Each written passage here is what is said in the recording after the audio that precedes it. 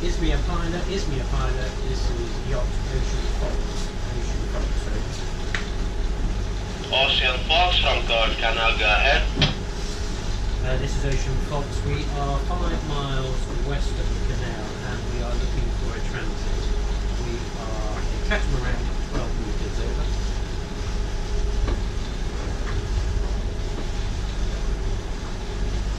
Copy that, Ocean Fox. Please proceed and call me back half-mile distance from the entrance to give you instructions.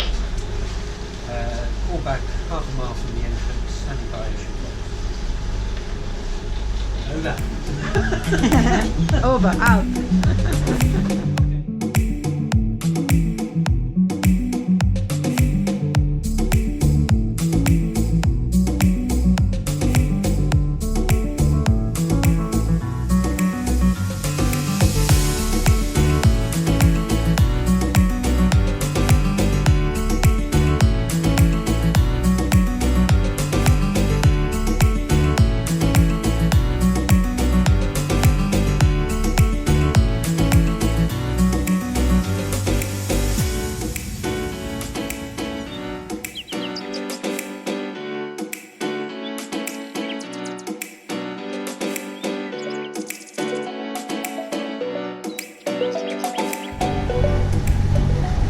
Bucket list this was. Yeah.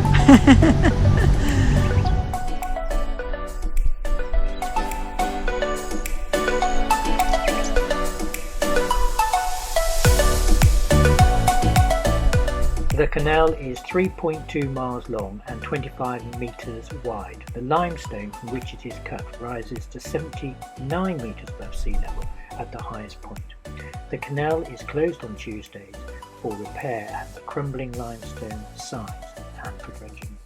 The canal was started by a French company and finished by the Greeks in 1893.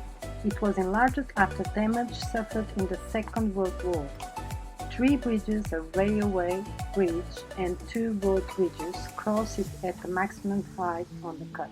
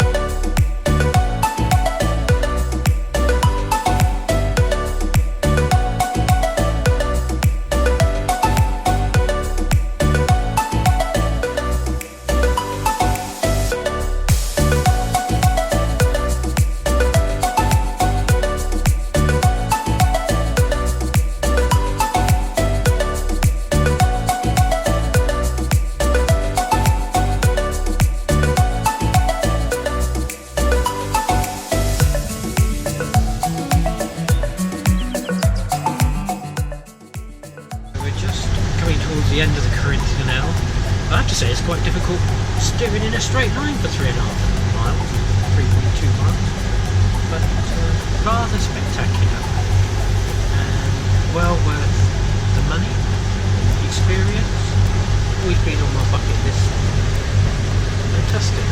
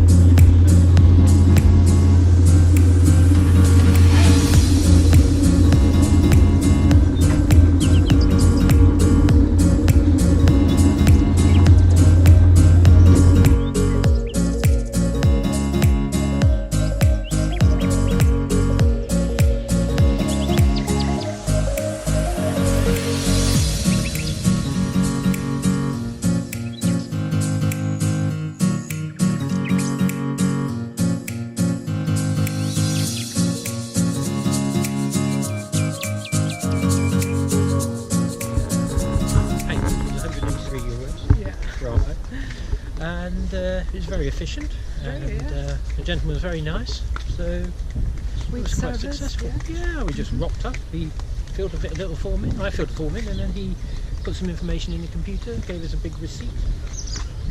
We're now going to see whether we can find the diesel man, because there's a diesel truck here. See whether we can get some diesel.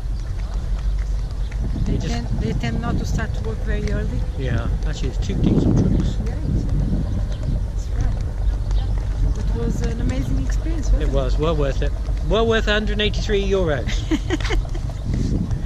And of course it cut out, I don't know how many miles of sea to go through. So we're now in the Aegean. I don't get this one. We're now in the Aegean. Good. And I think for me this is where Greece really starts. God knows how much it is. I mean, it's just dead out, isn't it? Like this. And go first at the other side. Oh, okay. No, from inside here.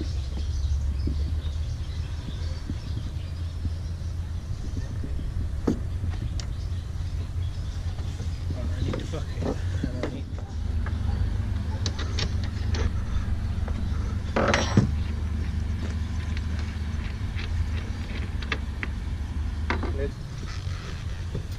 You want to pull? Yeah.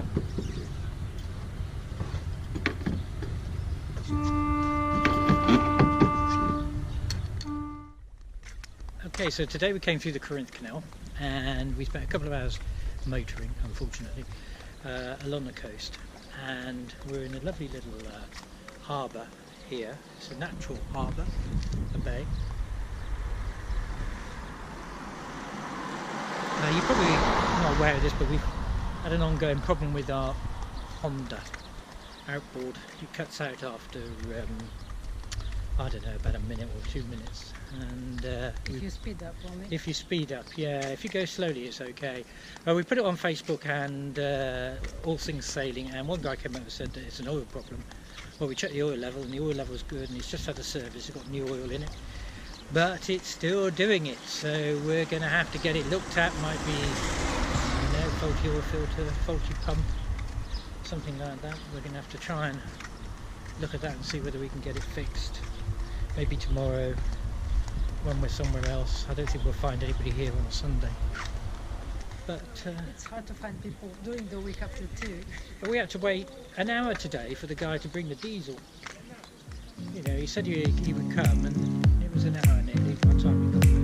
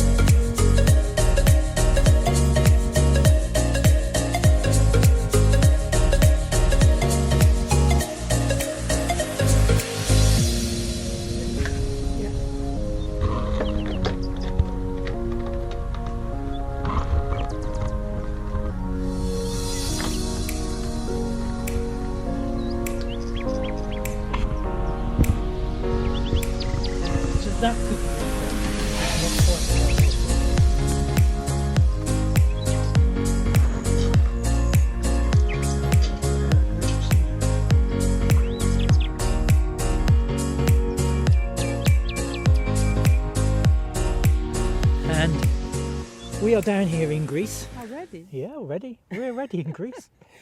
And we did come through the Corinth Canal, and I can honestly tell you it was fantastic. Amazing. It's an amazing experience. If you have an opportunity, you should do it because it's something that you have to do it. The transit took us about 35 minutes, so obviously we've condensed it quite a bit so that you just have a few of the highlights there.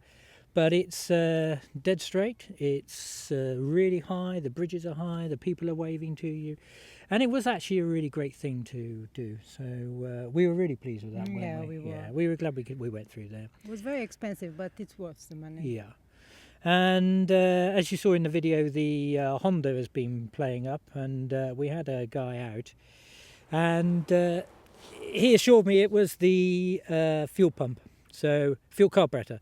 So we went out on a little test drive, as you saw, and then he took the carburetor off, took the carburetor away, came back 2 hours later.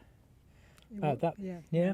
And we put it back together, went out for a test drive, exactly the same fault, and he said, it's something else. But I don't do Hondas. I don't do Hondas. And he said that's €50. So I walked away €50 lighter. And I did put it on Facebook, and some people did make quite a few suggestions. But in the end, I worked it out. It was a faulty oil pressure sensor.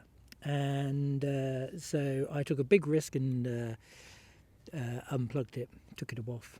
And it runs perfectly without it. You do check the oil very often, so. If put it this way, we didn't go along and then stop. No. So it's still going, and as soon as we find a Honda dealer, we will actually get it looked at properly, won't we? Yeah. But it was a bit of a thing. It's hard to find everything on these islands. It's really, really hard to find. Yeah, we've discovered anything, that. to buy something. The channels are not good. No, it's nothing's good. it's We went in to buy a SIM card today, and 40 gig SIM card, because we had to upload the videos. And anyway, we'll talk about that later in the program. But it took us, I think, 55 minutes in the shop. Yeah. 55 minutes to buy a SIM card, and we didn't queue. Anyway, we're having our very first beach barbecue. We were here earlier today, and we made up our bonfire. Just a bit of driftwood and a bit of wood sticks and things we found around here. And Ocean Fox is lying down there, and we're having an amazing time. And thank you so much for watching. Yes, and for following us. Cheers. Cheers. All the sun just went on my clothes. It's terrible wine, isn't it? Shocking.